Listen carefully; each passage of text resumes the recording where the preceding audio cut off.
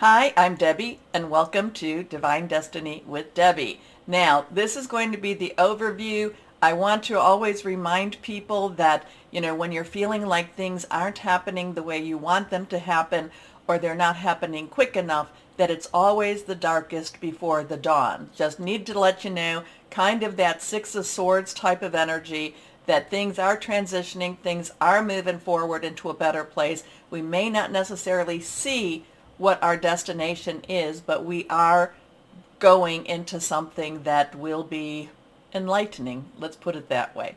Okay, so I am going to be doing a reading. I'm going to be doing readings for February 20th, 21st, 22nd, and 23rd. This is Monday through Thursday. Now we have a lot of that two energies. Many people will say that, when we have the triple numbers, or even in this time the quadruple numbers, or that actually has a lot of energy. I agree with that. They talk about portals opening up. I know that there are things that happen when the numbers are in alignment. So we have a lot of two energy going on right now. And February 20th, yes, so we have a 0220. We have the 221, we have 22, we have 222, 2023. So we have all of these two energies going on. A lot of that has to do with decisions, choices coming together. It is an emotionally, I am kind of getting that Two of Cups energy. It is an emotionally bonding energy. It could be a very new romance, but it does feel like we need to hold on to each other, cling to each other, and just be with each other. Okay, so I'm doing my readings. As you know, if you follow me, I have been using for this, the Monday through Thursday, I use my Radley Valentine decks, my Archangel Power Tarot cards, and I will pull one from my Guardian Angel cards. I will also use I will pull one from my Inspirational Wisdom from Angels and Fairies by Frances Monroe and Judy Mastrangelo, and my Emily Anderson crystal deck. Now, for this, the overview, I will also use my Waite Rider Traditional Tarot and my Colette Baron Reed The Good Tarot. Now, I have prayed, meditated, and infused all the decks with Reiki energy. But remember, these are general readings. They may or may not resonate. Take what you like. Leave the rest. Okay? I'm an intuitive channeler. What that means is that I open myself to higher power, and whatever comes through just comes through. Okay, let's go back to what's going on in the sky. I've been talking about transitions into March and all of the planets that are going to be, the main planets that are going to be moving, Saturn and Pluto. And so what do we have coming up? I told you that on the 18th, we entered Pisces season. On the 20th, actually it's like at 2:05 a.m. Eastern time, we will have a new moon with it'll be at a 1 degree, one new beginning, new start, and it will be in Pisces. So there's some depth energy there. There's dreamy energy. There's possibility energy. There's that Neptune. So there's like inner secrets, inner depth energy going on there. And what can be happening is, new energy, new stuff. Things are happening that you may not necessarily even know could be happening. So it is a time to be very positive. We are a little bit on that dreamy side. It is also a time to connect with your higher power. I say, like I said, I'm an intuitive channeler. I connect with higher power, God, Source, Holy Spirit. It is a really good time for that type of energy. Prayer, meditation, the night of the 19th, the 20th, even going through to the 23rd. So we also have Venus entering Aries. That's also on the 20th. So I've talked about that. Venus is very, relationship. Aries is, the war energy, the war god. And Mars, even though Mars is in Gemini, Aries and Mars, has that connection. Venus and Mars has a very volatile also connection. So it could be interesting. New starts, new beginnings, new energies, new emotional energy coming up and surfacing more and more to maybe make some changes. Okay, Now on the 22nd, that's when we have Mercury 16 degrees in Aquarius, trining with Mars, also 16 degrees in Gemini. Air energy. So those, that air energy is all about, thinking things through. Could be about news. Could be about making some plans. So we have Mercury, which is the messenger, which is very volatile energy. So, and Gemini, and again, Mars is what, I told you, Mars, Aries, Mars, god of war, potato, potato type of thing. So we have, I would say that anywhere from that 21st to the 23rd, especially on the 22nd, we could be hearing some very interesting energy, very interesting news. It could be globally. It could be locally. It could be even maybe in your, in your own realm. So it's going to just be an interesting time, as always. And we're having some endings, and in order to make way for some of those new beginnings. Remember, March is and we're feeling the energies now. They don't just, it doesn't just turn on and off. It's a dimmer switch, like a light switch. And we're just feeling things ramping up even more, okay? And once Pluto goes into Aquarius, even though it's only going to be for those 3 months, for a while, and then it comes back next year, there could be some revolutionary new thoughts, new breakthroughs happening. So remember, interesting stuff. The last time Pluto was in Aquarius was right after the Revolutionary War in the late 1700s. So think about what happened there. It's always interesting, to think what happened, for the historians out there, it's interesting to correlate the planets and history. And we need to learn from history, right? Okay. So let's see what we've got going here. Let's pull a couple of cards. Okay, higher power, Holy Spirit. What is it that you would like to say for this week with all the two energy, the choices, the decisions, the news that we could be hearing, between Mercury and Mercury in Aquarius and Gemini in Mars? Okay. So we've got two cards that have already flipped over. Let's see what else we might have. One more shuffle here. Let's see what else we might have. And, okay, third card. All right, so, I don't know, do we want it this way or do we want it this way? Because this was on top, so let's put it this way. So basically there's a struggle here. This is also standing your ground. This is also, don't give up. This is basically a very encouraging card, but it does not mean that it's so much an easy card. Because, there's this is the Seven of Rods or Seven of Wands.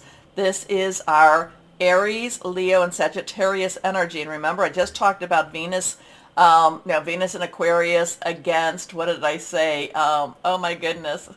Oh, Venus in Aries. Anyway, Venus in Aries. I got to go back to my little notes here. Sometimes I just think, my brain gets a little mushy. New moon, Venus entering Aries. Yes, Venus entering Aries. So we've got that Aries energy going on, fiery energy, passionate energy. We have a relationship type of energy going on. We have the struggle. Well, I don't necessarily see the struggle. I see it more as a threat. And it's not necessarily moving forward, but it's not backing down either. And the same thing for the person. The person isn't, moving forward, but this person is not even backing down. This person is saying, you make a choice. And again, here's our choice cards. Make the choice. You want to come at me? I got this. I am not giving up my hill. And, and it's, if I go down, others will go down with me. Again, 7 energy is a divine number. And this has a divine protection, a divine interference, and a divine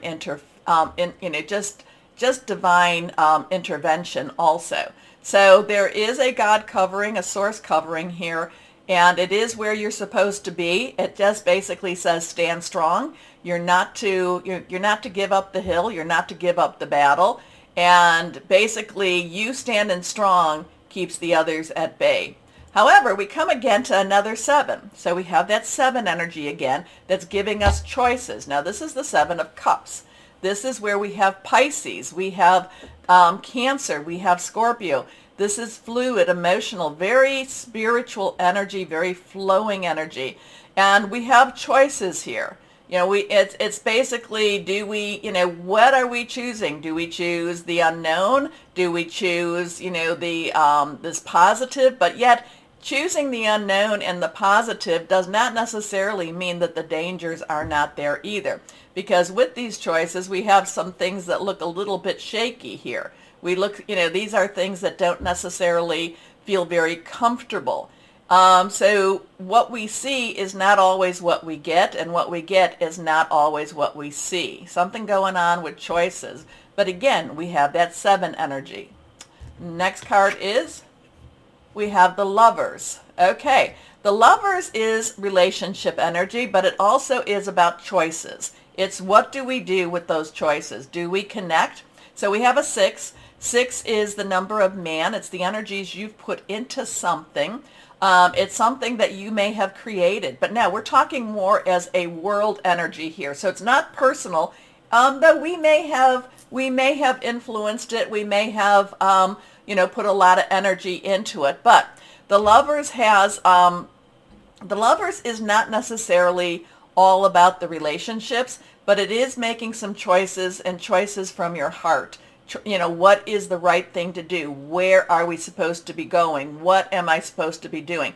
But the right thing to do isn't always what is at the top of our minds. Sometimes the Lovers can say, what is it that I just want? Maybe it's not necessarily the right thing, but it's just that I want it. So there's I'm kind of feeling, even though we've got a divine entity, we've got, we've got the woman looking up, the man looking over, we've got the 6, we have the Sun. Again, it's choices. Choices, do we do what we want, or do we do what we should do? So again, there's choices here. Choices. Keep up, stand firm, don't give up, and don't back up.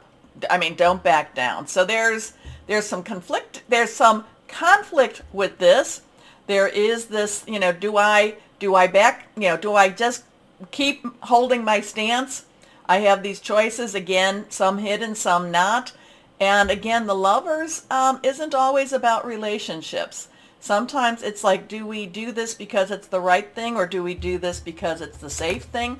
Or do we do this because it's just something, because I don't want to be bothered with anything else?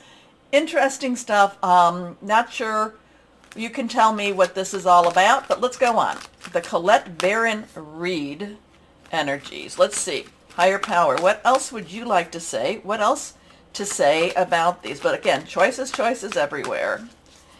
And also too, it could be, do we choose to stand firm, or do we give up? Do we give in? Okay, let's see. Okay, let's go on.